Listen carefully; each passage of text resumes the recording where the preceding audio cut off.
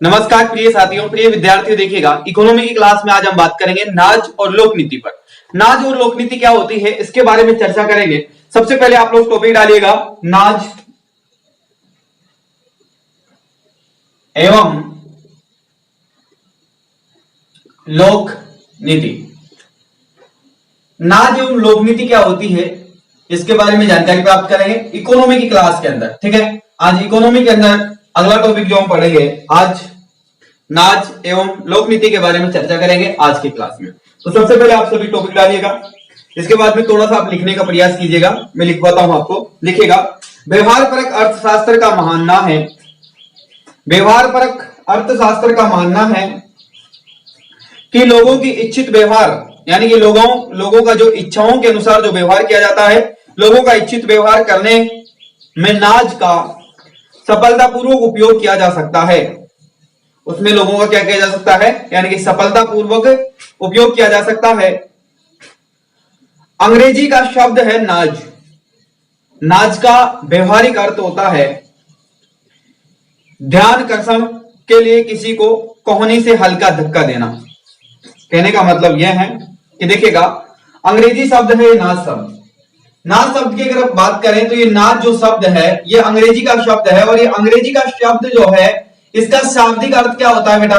इसका शाब्दिक अर्थ होता है किसी व्यक्ति को ध्यान पूर्वक यानी कि पता होने के बावजूद भी किसी व्यक्ति के कोहनी अड़ा देना, यानी कि किसी भी व्यक्ति को किसी भी चीज का संकेत कर देना। ठीक है, समझ पा रहे हो क्या होता है इसका मतलब? देखो, जैसे आप कभी कोई प्रोग्राम देख रहे हो या फिर आपने कई बार ऐसा हुआ होगा आप समूह या टोली के अंदर जो है आप स्कूल जाते हैं, महाविद्यालय जाते हैं या फिर आप वापस कहीं पर सामूहिक रूप से किसी कार्यक्रम में भाग लेने जाते हैं, तो अक्सर वहां पर आपको इस चीज के बारे में बहुत डिटेल से पता होगा आपको, क्योंकि इस चीज के बारे में, क्योंकि कई बार ऐसा होता है, कई बार जो बॉयज होते हैं वो कई बार ऐसी चीजें देखते हैं, है ना, नाम नहीं लेना चाह रहा मैं, लेकिन वो कई बार ऐसी चीजें देखते हैं जिनको प्रति यानी कि उनके प्रति क्या करता है, वो दूसरे व्यक्ति का ध्यान उसकी तरफ आकर्षित करने की कोशिश करता है। इसलिए वो क्या मारता है, साइड से एक बार कोहनी हिला देता है, यानी कि कोहनी की मार देते हैं ना अपन सामान्य से, क्योंकि उसका ध्यान जो है भटकाने के लिए, क्योंकि वो व्यक्ति कहीं और जगह पर देख रहा होता है ना। देखो, कई बार आपने देखा होगा कि कई बार अपन गलत काम कर रहे होते हैं, कई बार टीचर्स अपन क्लास में बैठे होते हैं, कई बार अपन गलत काम करते रहते हैं, या तो पेन से खेल रहे होते हैं, पेंसिल रबड़ इससे आप छिल रहे हो या फिर कुछ और काम कर रहे हो, और सर की नजर अचानक से आपके ऊपर क्लास में पड़ जाती है, तो आपका साथी जो दोस्त आपका मित्र जो होता है पास में, वो साइड में जो बैठा होता है, वो आपके कोहनी मार के आपको इशारा करता है कि सर आपकी तरफ देख रहे हैं। ठीक है, तो इसी प्रकार से वो जो संकेत है, उस संकेत के माध्यम से क्या हो सकता है, उसी का अर्थ होता है नाज, यानी कि किसी भी व्यक्ति का ध्यान दूसरी ओर आकर्षित कर देना। यानी कि यहां पर क्या बात की जा रही है, नाज, यानी कि नाज अंग्रेजी का शब्द है और इसका मतलब होता है ध्यान, यानी कि किसी व्यक्ति को क्या कर देना, यानी कि ध्यान पूर्वक, किसी व्यक्ति का ध्यान पूर्वक है उसका ध्यान दूसरी वस्तु की ओर आकर्षित कर लेना। ठीक है, देखिएगा इसका मतलब है नाज एवं लोक नीति की हम बात कर रहे हैं। व्यवहार परक अर्थशास्त्र का मानना है, व्यवहार परक अर्थशास्त्र का, यानी कि व्यवहार में अगर आप चेंज लाना चाहते हो मानव के में, तो आप क्या कर सकते हैं, जिस प्रकार से नाज हम करते हैं वैसे ही लोक नीति की तरफ व्यक्तियों को क्या करना पड़ेगा, आकर्षित करना पड़ेगा, ताकि व्यक्ति क्या कर सके, यानी कि सामान्य पूर्व यानी कि सामान्य के रूप में वो व्यवहार कर सके लोगों के साथ में। ठीक है, इसके बारे में आगे नोट करिएगा आप लोग। भारत में लोक नीति का निर्माण, भारत में लोक नीति का निर्माण नाज को हाल ही के वर्षों में, भारत में लोक नीति का निर्माण नाज को हाल ही के वर्षों में सफलतापूर्वक उपयोग में लाया गया है। नाज को हाल ही के वर्ष में क्या किया गया है, सफलतापूर्वक उपयोग में लाया गया है। किस प्रकार से देखिएगा, यानी कि किस प्रकार से लाया गया है, भारत में स्वच्छ भारत मिशन, भारत के अंदर देखिएगा भारत स्वच्छ अभियान जो चलाया गया है ना, अभियान के माध्यम से स्वच्छ अभियान चलाया गया है। एक अभियान आपका चलाया गया है बेटी बचाओ, क्या चलाया गया है, बेटी बचाओ बेटी पढ़ाओ, बेटी बचाओ बेटी पढ़ाओ, यानी कि एक अभियान ये चलाया गया आपका। ठीक है, बेटी बचाओ बेटी पढ़ाओ ये एक अभियान ये चलाया गया है, यानी कि दो अभियान आपके भारत में सफलतापूर्वक चलाया गया है, बेटी बचाओ बेटी पढ़ाओ अभियानों में। यानी कि इनका नजरिया, यानी कि भारत की लोक नीति पर बात की जा रही है कि भारत देश की अगर हम बात करें तो भारत देश के अंदर लोक नीति यानी कि हमारा लोक, यानी कि लोगों के लिए जो नीति जो कानून बनाया जाता है उसके अंदर एक चीज व्यवहारिक एक चीज झलकती है कि व्यवहार के आधार पर लोगों को क्या किया जा सकता है, परिवर्तन लाया जा सकता है लोगों के बिहेवियर में, यानी कि चेंज किया जा सकता है लोगों को। किस प्रकार से चेंज कर सकते हैं देखिएगा, भारत में स्वच्छ अभियान चलाया। सबसे पहले नरेंद्र मोदी जी ने क्या किया, भारत में स्वच्छ अभियान चलाया। स्वच्छ अभियान के माध्यम से इन्वायरमेंट को महत्व दिया गया और इन्वायरमेंट के माध्यम से देखिएगा यहां पर सबसे पहले स्वच्छ अभियान के माध्यम से हम लोगों ने क्या किया, यानी कि प्लास्टिक पॉलीथीन की जो थैलियां होती है उनको कचरा, यानी कि जो कचरा निष्कासन जो होता है उसका हमने क्या कर दिया, पॉलीस्टीरीन का हमने त्याग करने की कोशिश की सबसे पहले। ठीक है, पॉलीस्टीरीन पर हमने रोक लगाई। उसके बाद में बहुत सारे ऐसे अभियान चलाए गए जिसमें से हमने पेड़ पौधे लगाए, वृक्ष लगाए, कहीं पर सार्वजनिक स्थानों पर लोगों को और छात्रों को क्या किया गया, उस अभियान पर काम करने के लिए प्रेरित किया गया। यानी कि आप जिस टाइम 2014-15 में स्कूल में या कॉलेज में पढ़ते थे तो आपको भी पता होगा कि आपने कई बार जो है सार्वजनिक स्थलों का यानी कि एनएसएस कैंप जो होता है उसके माध्यम से, है ना, एनएसएस कैंप के माध्यम से भी करवाया जाता है। और वैसे भी आप लोगों को क्या करना पड़ता है, सार्वजनिक स्थल होता है उसमें आपको साफ सफाई करने के लिए, है ना, इस प्रकार का अभियान चलाया जाता है। कई बार आप सरकार में देखते हैं, सरकार के नजरिया से अगर अपन देखें तो कई बार राजनेता जो लोग होते हैं राजनीति चमकाने के लिए भी आपको शहर के अंदर झाड़ू लेकर घूमते हुए मिल जाएंगे कई बार। ठीक है, डेली की हेडलाइंस होती है न्यूज में भी आपको देखने को मिलेगा कि यहाँ की जो इस प्रकार से प्रधान है या फिर विधायक है या फिर सांसद है उसने आज यहाँ पर झाड़ू निकाल कर क्या किया, यानी कि स्वच्छ अभियान को आगे बढ़ाने का कार्य किया या फिर जागरूक किया लोगों को। इस प्रकार के राजनीति में भी आपको देखने को मिलेगा। इसी प्रकार से एक अभियान चलाया गया पहले, बेटी बचाओ बेटी पढ़ाओ, यानी कि बेटी बचाओ और बेटी पढ़ाओ जो अभियान चलाया गया था बेटा, तो ये बेटी बचाओ बेटी पढ़ाओ अभियान जो है इतना सकारात्मक, इतना तीव्रता से परिवर्तन आया था लोगों के अंदर कि सकारात्मक, इससे प्रभावी ढंग से किसी में परिवर्तन ही नहीं आया हो। देखो, बेटी बचाओ बेटी पढ़ाओ अभियान चलाया गया, जैसे ही बेटी बचाओ बेटी पढ़ाओ अभियान चलाया गया उसी के तहत में लोगों की सोच इतनी जल्दी परिवर्तित हो गई कि लोगों की सोच परिवर्तन करने के लिए सरकार ने यहां तक कर दिया, सरकार ने इतना नीचे तक झुक गई, सरकार ने बहुत काम किया उसके लिए। यानी कि बेटी का जन्म होते ही, यानी कि जहां पर जन्म बेटी का होता है वहीं पर होते ही जो है माता के खाते में पैसे देना, उसके दूध के लिए, पालन पोषण के लिए पैसा दे देना, है ना, उसके दूध के लिए या फिर उसके अन्य खर्चों के लिए भी पैसे दे देना। उसके बाद में उसकी पढ़ाई के लिए, यानी कि पढ़ाई के लिए भी उसको निःशुल्क टैबलेट, निःशुल्क ड्रेस, निःशुल्क कपड़े, है ना, निःशुल्क बुक्स, निःशुल्क फीस, है ना, बिना विदाउट फीस, यानी कि बहुत सारी जगहों पर महिलाओं को छूट दी गई, है ना। तो लड़कियों को छूट दी गई क्योंकि बेटियों को छूट दी गई उस अभियान के द्वारा। उसके बाद में सरकार को देखा कि फिर भी नजरियात नहीं बदल रहा है लोगों का, तो उसको और तीव्रता से बदलने के लिए क्या किया, यानी कि सरकार ने एक अभियान चलाया और उसके तहत कहा कि बेटियों को छात्रवृत्ति दी जाएगी, यानी कि जो बेटी जिस कक्षा में पढ़ेगी उसको उतनी छात्रवृत्ति मिलेगी। तो देखिएगा सरकार के द्वारा कई योजनाएं निकाली गई, उसके माध्यम से सरकार ने क्या किया, उसको किस अभियान को, यानी कि बेटी बचाओ बेटी पढ़ाओ अभियान को सर्वोपरि यानी कि ऊपर रखने के लिए क्या किया गया, यानी कि ये सारे काम किए गए, छात्रवृत्ति देने लगे। उसके बाद में जितनी उच्च क्वालिटी की, जितनी उच्च डिग्री होगी बेटी को उतना ही बड़ा बढ़ावा मिला। उसके बाद में बेटी के नाम पर, अगर महिलाओं के नाम पर बहुत बड़ी छूट मिलने लग गई, है ना। इसी के आधार पर जो है लड़कियों के विवाहों के पैसे, यानी कि जो लोग सबसे बड़ी समस्या आती थी लोगों के सामने कि दहेज प्रथा, यानी कि दहेज प्रथा समाज में बहुत बुरी चीज है जो कि प्रचलित है। वर्तमान समय भी कई जगहों पर जो है दहेज प्रथाएं प्रचलित है और उसमें मैं सबसे बड़ी जिम्मेदार मानता हूं समाज को। जिस समाज में ये दहेज प्रथाएं प्रचलित है उस समाज को मैं सबसे बड़ा जिम्मेदार मानता हूं, क्योंकि उस समाज के पूर्वज लोग चाहे कुछ करें या ना करें, लेकिन वो एक सबसे बुरी जो दहेज प्रथा है उस प्रथा को नष्ट करें। और सबसे बड़ी बात यह है कि आज के नवयुवकों को मैं एक बात समझाना चाहता हूं, आज के नवयुवकों को एक संदेश देना चाह रहा हूं, मैं आप लोगों को एक आग्रह करना चाह रहा हूं, कल के दिन आप सिविल सेवक बन जाए, ठीक है, कल के दिन आप एक गवर्नमेंट सेक्टर में चले जाए तो एक गरीब बालिका, जो गरीब लड़की जो होती है उससे विवाह करे, है ना। तो गरीब लड़की से अगर आप विवाह करते हैं तो कम से कम आपको एक इतना सा ख्याल रखना है कि आप अपनी लेवल की लड़की ना ढूंढकर एक गरीब लड़की ढूंढे, ताकि उससे लोगों को बढ़ावा मिले। और दूसरी बात, वहां से आप दहेज की उम्मीद ना करें, वहां पर आप लोगों को संदेश दें कि 1 रुपए में शादी करें, या फिर ऐसे बहुत सारे परोपकारी लोग जो है अभी बहुत सारे प्रोपेगेंडा चला रखे हैं बहुत सारे लोगों ने, है ना।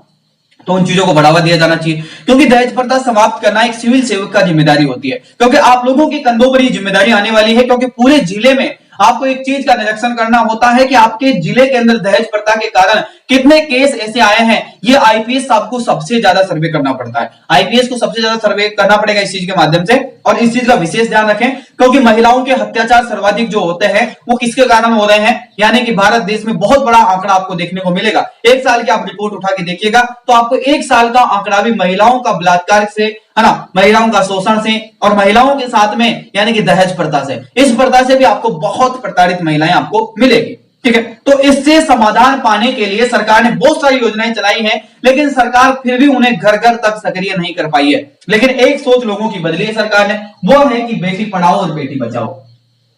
यानी कि भ्रूण हत्या हुआ करती थी पहले की अगर बात करें तो भ्रूण हत्या बहुत ज्यादा होती थी, जिसमें कन्याओं का यानी कि कन्या भ्रूण हत्या इतनी होती थी, इतना बड़ा आंकड़ा आपको देखने को मिलेगा। अगर आप रिपोर्ट उठा के देखेंगे तो बहुत बड़ा आंकड़ा आपको कन्या भ्रूण हत्या का मिलेगा, जिसमें महिलाओं को यानी कि जिसमें लड़कियों को बिल्कुल भी महत्व नहीं दिया गया और उस समाज में लड़कियों को इतने बुरे तरीके से तबादले से कुचल दिया गया लोगों लड़कियों को।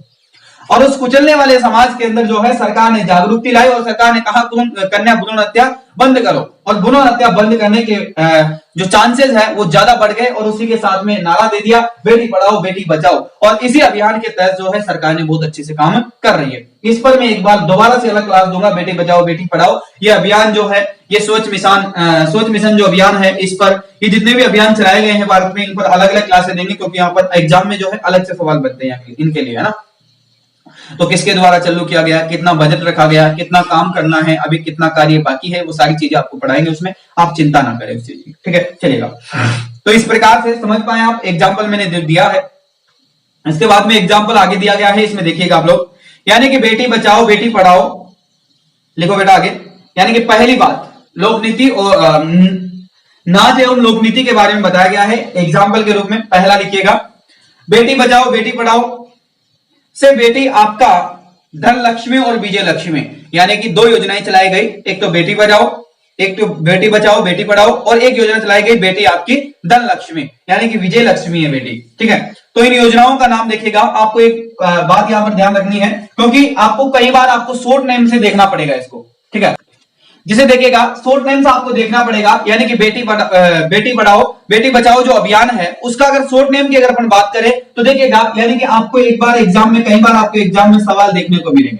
ठीक है, तो ऐसे यानी कि बी है ना, तो बी और इसके बाद में एक और मिलेगा आपको बी और फी, है ना, तो ये इसका शॉर्ट नेम है ना। बेटी पढ़ाओ यानी कि बेटी पढ़ाओ बेटी बचाओ अभियान जो चलाया गया है उसका शॉर्ट नेम है। इसी प्रकार से बेटी आपकी धन लक्ष्मी है और विजय लक्ष्मी है, उसके बारे में भी आपको एक शब्द आपको देखने को मिलेगा, जिसमें बी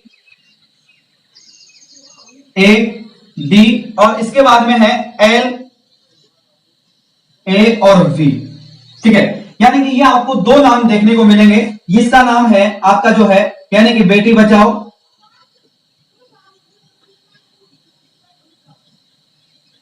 और बेटी पढ़ाओ, बेटी बचाओ बेटी पढ़ाओ। ठीक है, इसके बाद में दूसरा है आपका, जिसमें है बेटी आपका, बेटी क्या है आपकी धन लक्ष्मी है, बेटी आपकी क्या है लक्ष्मी है, और इसी के बाद में एवं लक्ष्मी है एवं क्या है धन लक्ष्मी है। ये दो योजनाएं चलाई गई है, ये दो नाम इनको दिए गए हैं। तो ये आपके शॉर्ट नेम जो है आपको ध्यान रखना है इतना सा। ठीक है, वो बाकी योजना जब मैं आपको पढ़ाऊंगा वो सारी चीजें आपको मैं डिटेल से लिखूंगा। एक बार लिखिएगा आप लोग आगे। दूसरा यानी कि पहला उदाहरण तो ये हो गया कि ये सफल हो गया भारत के अंदर। दूसरी बात देखिएगा, दूसरा लिखिएगा स्वच्छ भारत में सुंदर भारत, यानी कि स्वच्छ भारत में सुंदर भारत, यानी कि स्वच्छ भारत जो लिखा गया था नाम उसका जो है देखिएगा स्वच्छ भारत का नाम रखा गया, यानी कि कौन सा भारत लिखा गया सुंदर भारत। स्वच्छ भारत का अर्थ क्या रहा सुंदर भारत, यानी कि दो अभियान चलाए गए। देखिएगा इनका नाम चेंज करके भी आपसे सवाल पूछा जाता है कई बार, यानी कि सुंदर भारत अभियान कब चलाया गया आपसे पूछा जाए, स्वच्छ भारत अभियान कब चलाया गया, तो दोनों एक ही चीज है ना। ठीक है, इसी प्रकार से आगे एक बार तीसरा एग्जांपल लिखिएगा, ये दूसरा हो गया आपका। इसके बाद में तीसरा लिखिए बेटा आप गिव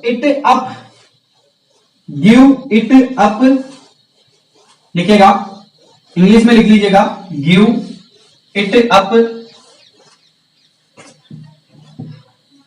यानी कि LPG गुड से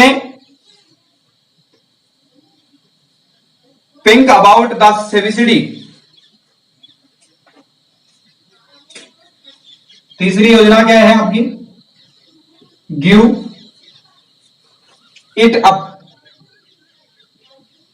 आरटीएफ योजना। ठीक है, यह भी आपकी योजना जो है सफल हो गई है। और चौथी आपकी योजना बनाई गई है जिसमें कर की चोरी से अनुपालना, यानी कि चौथी बात बताई गई है जिसमें कर की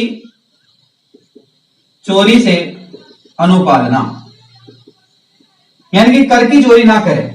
ठीक है, इस पर बात की गई है सरकार के द्वारा। इसके बाद में देखिएगा, आगे लिखिएगा, एक बार टॉपिक डालिए आप लोग, एक छोटा सा टॉपिक डालिएगा, स्टार का चिन्ह लगा लीजिए। बाकी सारी चीजें मैं आपको समझाऊंगा अभी। थोड़ा सा लाइट का इशू आ गया है, सॉरी। इसके बाद में देखिएगा, आप टॉपिक डालिए जिसमें लिखिएगा लोक नीति निर्माण में नाच के उपयोग के द्वारा, लोक नीति निर्माण में नाच का उपयोग के द्वारा प्रभावी परिणाम प्राप्त करने के लिए कौन कौन सी उपाय अपनाई गई है, उसमें से आप लोग पहले लिखिएगा। पहला एक लगा के लिखिए बेटा, लोगों के व्यवहार पर सामाजिक और धार्मिक मान्यताओं का उच्च प्रभाव रहता है। लोगों के व्यवहार पर सामाजिक एवं धार्मिक मान्यताओं का उच्च प्रभाव रहता है। क्या रहता है बेटा? लोगों के व्यवहार पर सामाजिक एवं धार्मिक मान्यताओं का उच्च प्रभाव देखने को मिलता है। दूसरा देखिएगा, दूसरा लिखिएगा बेटा, चयन करने का अवसर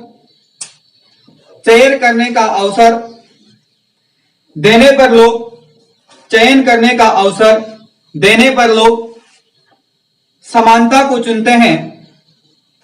चयन करने का अवसर देने पर लोग समानता को चुनते हैं और इसकी वास्तविकता को प्रभावित नीति निर्माण ध्यान देना आवश्यक होता है, और प्रभावी नीति निर्माण देना आवश्यक ध्यान होता है। यानी कि कहने का मतलब यह है कि जब भी किसी व्यक्ति को आप किसी भी चयन करने का अधिकार देंगे, आप कभी बैंक में जाइए, आप कभी हॉस्पिटल में जाइए, अभी आप वैक्सीन लगवाने जाइएगा कभी, है ना।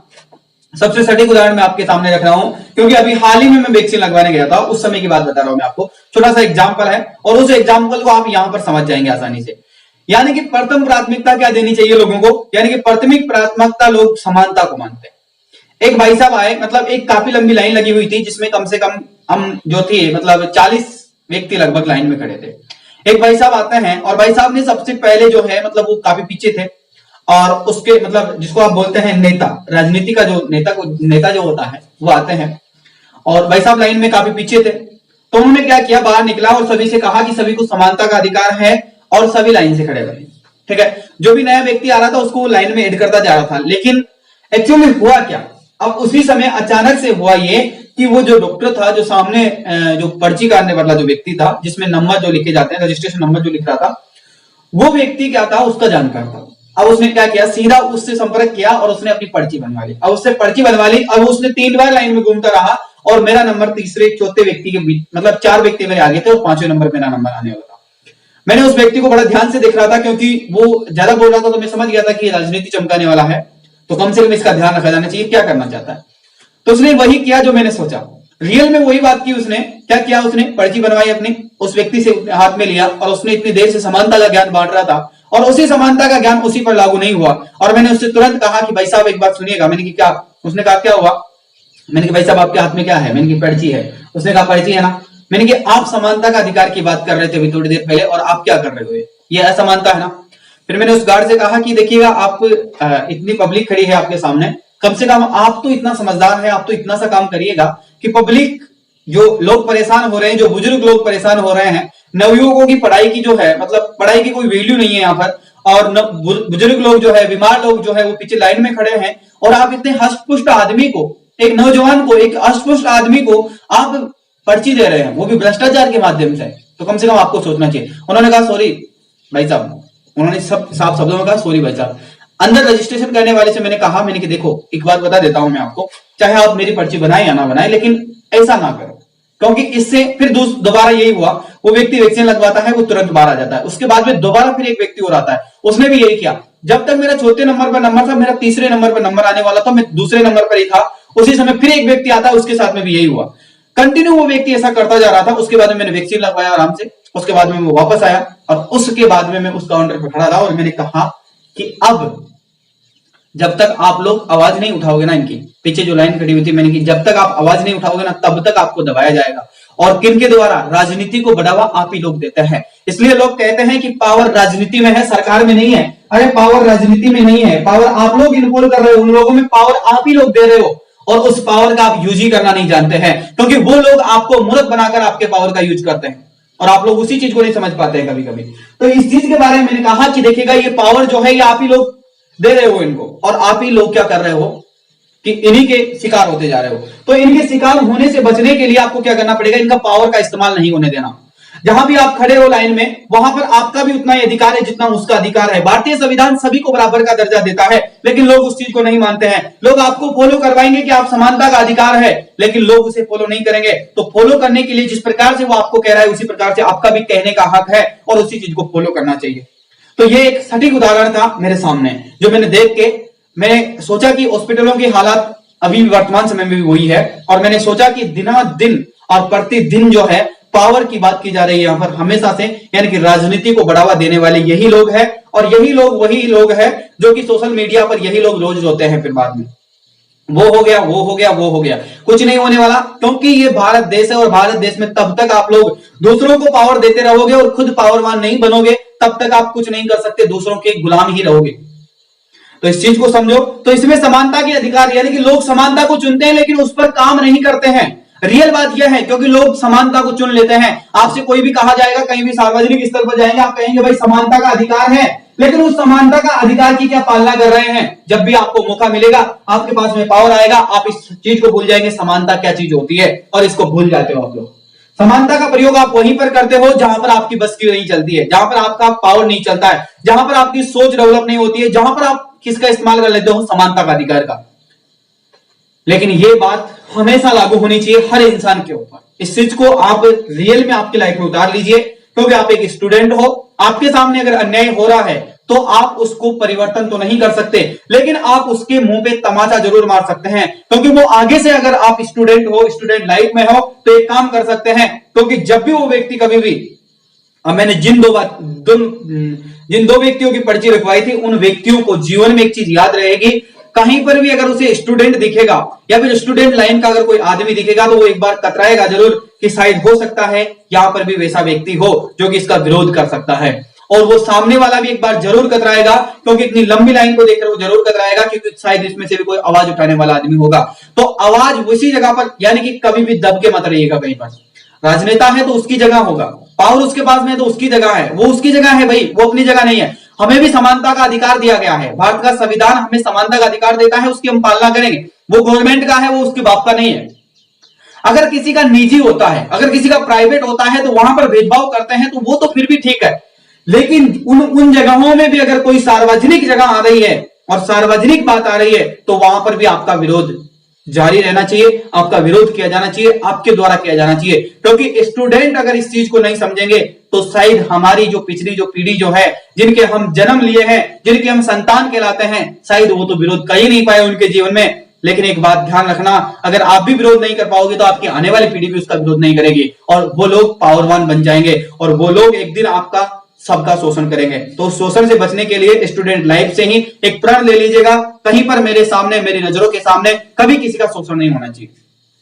इस बात का विशेष ध्यान रखें, ठीक है। चलिएगा आगे लिखिएगा, तीसरा टॉपिक लिखिएगा, अच्छी आदतों के सतत निर्वाह, यानी कि अच्छी आदतों को सतत निर्वाह लोगों के लिए कठिन कार्य होता है। यानी कि किसी भी व्यक्ति को अच्छी आदत देना क्या होता है? बहुत कठिन कार्य होता है। अच्छी आदत को कोई अपनाना नहीं चाहता है, लेकिन बुरी आदतों को हर कोई शिकार हो जाता है। तो देखिएगा, इकोनॉमी बात स्पष्ट कहती है कि अच्छी आदतों को सतत निर्वाह, यानी कि लोग जो है सतत, यानी कि बहुत कठिनाइयां होती है लोगों को इन बातों को अपनाने में, अच्छाइयों को, अतः उन्हें बार बार स्मरण करना और प्रबलन रहने का काफी प्रभावी प्रमाणित हुआ, या फिर काफी प्रमाणित किया जाना पड़ेगा। यानी कि देखिएगा, लोगों के बीच में अगर आपको अच्छाइयां जागरूक करनी है, तो उसके लिए आपको प्रबल होना पड़ेगा, आपको मजबूत होना पड़ेगा। और मजबूत इस प्रकार से नहीं होना चाहिए कि आप आज कह दिए और उसके बाद में, जैसे स्वच्छ भारत अभियान चला और वो खत्म हो गया, यानी कि स्वच्छता पर आज कोई ध्यान नहीं दिया जा रहा। वो लोग स्वच्छ अभियान के लिए जो झाड़ू लेकर सड़कों पर खड़े थे,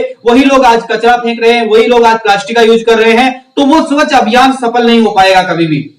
लेकिन उसके लिए अगर आप क्या कर रहे हैं, यानी कि आप लोग उस चीज के लिए मजबूत है और आपने अगर प्रण लिया है कि हाँ ये होके रहेगा, तो आप उस चीज के लिए संभवित है। जिस प्रकार से सरकार ने यह प्रण लिया कि बेटियों की हत्या यानी कि कन्या भ्रूण हत्या नहीं होगी और बेटियों को बढ़ाया जाना चाहिए, बेटियों को पढ़ाया जाना चाहिए, बेटियों को आगे बढ़ाना चाहिए, तो उसके लिए जिस प्रकार से सरकार ने प्रण लिया और सरकार मजबूत रही, तो उसी कारण से आज वो अभियान सफल हो पाया है और घर घर से बेटियां आज पढ़कर निकल रही है। यानी कि एक पीढ़ी नहीं बल्कि दो दो पीढ़ियों को शिक्षित कर रही है। यानी कि घर में एक बालिका पढ़ती है तो उसका मतलब है कि घर की 3 पीढ़ियां सुधरने वाली है। यानी कि जो पीढ़ी आपकी गुजर गई है उनका भी जीवन सुधर जाएगा और जिनके जीवन में आप जा रहे हो तो उनका भी जीवन सुधर जाएगा और जो आपके परिवार में आने वाली जो पीढ़ी है उसका भी जीवन सुधर जाएगा।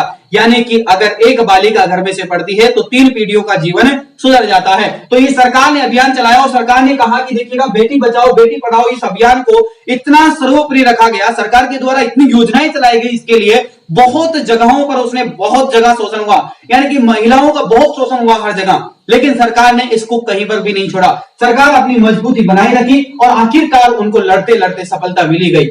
यानी कि कहा जाता है ना कि लहरों से डरकर नौका पार नहीं होती, है ना, और डरने वालों की कभी क्या नहीं होती, यानी कि सफलता नहीं मिलती है। ठीक है, और डरने वालों को क्या नहीं मिलती, कभी जीत नहीं होती है, और डरने वालों की कभी नौका पार भी नहीं होती बेटा। तो इस चीज का बार बार ध्यान रखिएगा। यानी कि सफलता पाने के लिए यानी कि डरकर लहरों से डरकर नौका पार नहीं होती है और डरने वालों की जीत नहीं होती है कभी। तो इस चीज का ध्यान रखना, जीतने के लिए मजबूत रहना पड़ेगा और यही सरकार की लोक नीतियों पर भी लागू होती है कि सरकार को अगर अच्छी आदतें लोगों को देनी है तो उसके लिए सरकार को मजबूत रहना है। सरकार ने क्या कहा, यानी कि गुटखा, पान मसाले, शराब आदि की चीजें, यानी कि शराब आदि के लिए चुनाव के समय सरकार आह्वान कर देती है, पान गुटखा मसाला मत खाओ, शराब मत पियो। अरे वो पान गुटखा मसाला शराब ही आप चुनाव में बांट रहे हो तो कहां से जनता सुधर पाएगी। इसके लिए आपको प्रबल क्या करना पड़ेगा, यहां पर केसरी जुबा के बार बार आपको हर जगह पोस्टर मिलेंगे, विमल के हर जगह पोस्टर मिल जाएंगे, दिलबाग अगर कोई गुटखा चलता है उसका हर जगह आपको पोस्टर मिल जाएगा, लेकिन कहां पर यह आपको नहीं लिखा मिलेगा, उस पूरी पर लिख दिया जाएगा कि तंबाकू खाने से क्या होती है, कैंसर होती है। लेकिन उसको क्या पालना कर पाएंगे लोग, नहीं कर पाएंगे। जब तक आप उसको प्रभावी ढंग से लागू नहीं करेंगे तब तक नहीं कर पाएंगे। आपको कई बार देखा होगा स्कूल और जो भवन होते हैं, यानी कि स्कूल हो गया, कॉलेज हो गया, सामुदायिक भवन हो गया, इनके बाहर आपको लिखा हुआ मिलेगा 100 गज की दूरी के आसपास क्या नहीं करे, तंबाकू का सेवन ना करे, करे विक्रय ना करे। लेकिन फिर भी लोग उसका मानेंगे, नहीं मानते लोग, क्योंकि वहां पर ज्यादा लोग शोषण करते हैं। तो इसी बात को समझिएगा, क्योंकि सरकार ने जिन चीजों के लिए क्या की रोक लगाई है उन्हीं चीजों के लिए प्रभावी और शक्तिशाली नहीं होने की वजह से सरकार उन्हीं चीजों को बढ़ावा देती है। शराब तस्करी के लिए मना किया जाता है, शराब की तस्करी नहीं की जानी चाहिए, शराब विक्रेता नहीं की जानी चाहिए। अरे वो शराब कंपनियों में बन रही है। काफी समय पहले की एक बात है, काफी समय पहले की मैं आपको एक दृश्य आपके सामने लाना चाह रहा हूं। जबकि मैं बात कर रहा हूं आपके बीच में जो है, यानी कि प्राचीन समय की तो मैं बात नहीं करूंगा और काफी पीछे भी मैं नहीं जाऊंगा, लेकिन मैं बात करूंगा 2001 के समथिंग की। 2001 से लेकर 2007 के बीच की मैं बात करने जा रहा हूं आप लोगों के सामने। आपको एक दृश्य आपके सामने एक नजर आएगा अगर आप ग्रामीण क्षेत्र से बिलोंग करते हैं तो। 2001 से 2007 के बीच में जो है, यानी कि आपके गांव के अंदर जो है किसान लोग जो हुआ करते थे, किसान लोग क्या करते थे, देसी शराब निकाला करते थे। क्या करते थे, देसी शराब। अब देखिएगा किसानों के पास में देसी शराब निकालने के लिए क्या जुगाड़ हुआ करता था बेटा, तो उसके लिए जुगाड़ हुआ करता था उनके पास में गन्ना उनका खेत का होता था। क्या होता था, गन्ना उनका खेत का होता था। अब गन्ना खेत का है, उसके बाद में गन्ने से वो गुड़ जो है, यानी कि किन के माध्यमों से, यानी कि मशीनें फैक्ट्रियां नहीं थी उनके पास में, वो जो बैल होते थे उन्हीं के माध्यम से वो क्या करते थे, गुड़ का निर्माण करते थे, वो गुड़ बनाते थे और उसी गुड़ में से जो खराब गुड़ जो बचता था उसकी वो लोग शराब का निर्माण करते थे।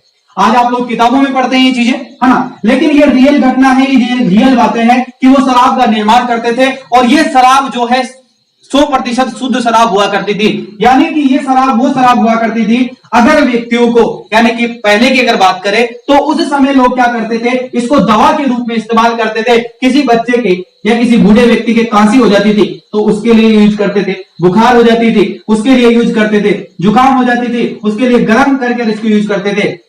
यानी कि घरेलू औषधियों के अंदर इसको काम लिया करते थे शराब को। लेकिन सरकार के नमूनों ने क्या किया, सरकार के तमाम जो लोग थे, राजनेताओं जो थे, उनकी जिनकी शराब की फैक्ट्री जिनको बनानी थी, उन लोगों ने क्या किया, यानी कि उन लोगों ने इन किसानों का ये धंधा बंद करवाया और किसान लोगों को शराब बंद करने के लिए क्या किया, यानी कि तस्करी पर रोक लगा दी कि शराब तस्करी कोई नहीं करेगा। और शराब बनाने के लिए लाइसेंस दिए गवर्नमेंट के द्वारा, सरकार ने लाइसेंस दिए गवर्नमेंट को, यानी कि गवर्नमेंट ने जो है लोगों को लाइसेंस दिए शराब बनाने के लिए, और उन किसान लोगों को बंद कर दिया गया।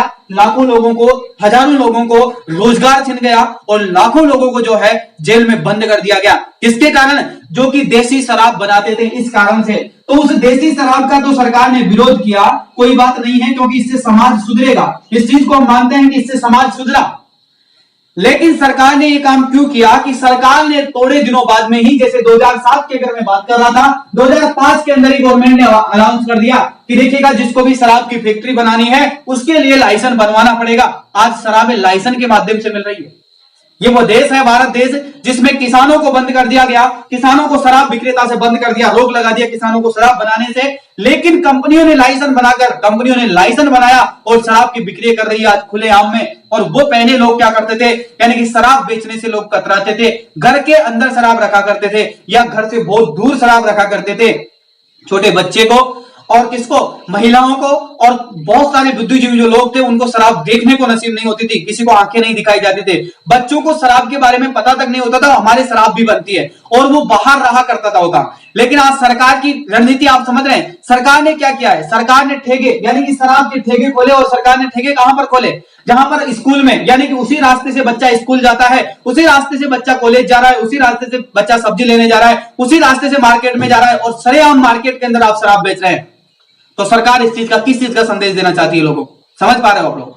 क्योंकि सरकार ने ही ये रणनीति बनाई है। तो इसमें कहा गया है कि नाज और लोक नीति में एक अंतर इतना सा ही है। नाज का मतलब क्या आप समझ पाए, नाज का मतलब क्या होता है, और लोक नीति का मतलब क्या होता है आप समझ पाए? ये शब्द मैं आपको पहले समझाना चाह रहा था, लेकिन पूरी कहानी खत्म होने वाली है, अब आपके ये शब्द समझ में आएगा। नाज का मतलब क्या होता है, यानी कि किसी भी व्यक्ति की क्या कर देना, कोहनी मारकर, यानी कि इशारा तो कर देते हो, लेकिन क्या उसकी पालना आप स्वयं करते हो? नहीं करते हैं। यानी कि सरकार ने क्या किया, मैंने एक उदाहरण दिया कि गरीब लोग शराब बनाया करते थे, और वो भी देसी शराब बनाते थे, जिनको बच्चों से, महिलाओं से काफी दूर रखा करते थे, और वही एक संस्कारी समाज कहलाया करता था। उसी समाज में क्या हुआ, यानी कि सरकार ने लाइसेंस के माध्यम से शराब बेची, तो वो तो नाज हो गया, यानी कि कोहनी मारी सरकार ने कि देखो शराब की तरफ देखो, समाज में क्या हो रहा है, शराब विक्रेता हो रही है तो इसको बंद करो। सरकार ने उसको बंद कर दिया, लेकिन सरकार ने लोक नीति बनाई, और लोक नीति बनाकर मार्केट में शराब बेच रही है। आज छोटे बच्चे, यानी कि छोटे से बच्चा 5 साल की उम्र होती है, उसको भी अगर आप मार्केट लेके जाएंगे तो रास्ते में आपको 2 या 3 जगह शराब के ठेके मिलेंगे, और वो बच्चा पूछेगा पापा ये किसकी दुकान है, या फिर मम्मी ये किसकी दुकान है, तो उसको आप क्या जवाब दोगे कि बेटा ये शराब की दुकान है। और खुलेआम, सरेआम बिकती है शहरों के अंदर, सरेआम बाजारों के अंदर बकरी है सरकार की वजह से। और लिख रखा है शराब, यानी कि देसी शराब और अंग्रेजी शराब। जिन लोगों का नाम तक नहीं जानते थे शराब का, उन लोगों को आज शराब के बारे में सारी जानकारी पता चल गई है। तो लोगों में और कुप्रथाओं को प्रचलन करने में सरकार का बहुत अहम भूमिका होती है। तो सरकार ने क्या किया है, यानी कि बेटी पढ़ाओ अभियान तो चलाया उन्होंने, बेटी बचाओ बेटी पढ़ाओ अभियान तो चलाया, लेकिन सरकार ने नवयुवकों को आगे बढ़ाने के लिए, सरकार ने नवयुवकों को रोजगार देने के बजाय सरकार ने लोगों को क्या कर दिया, सड़क पर लाकर शराब बेचने के लिए लोगों को क्या कर दिया, मजबूर कर दिया। और सड़कों के ऊपर दुकानें खोली गई ताकि लोगों को पता चले, और प्रचार करने की जरूरत ही नहीं है, यानी कि वहां पर लोग पहुंच जाते हैं। और वो ये भारत वो देश है जहां पर केसरी युवा, यानी कि बड़े बड़े एक्टर्स, बड़े बड़े हीरो जो आकर बोलते हैं तंबाकू खाओ, है ना, रजनीगंधा खाओ, इतने पान मसाले खाओ, तो ये वही देश है, उसी देश की मैं बात कर रहा हूं।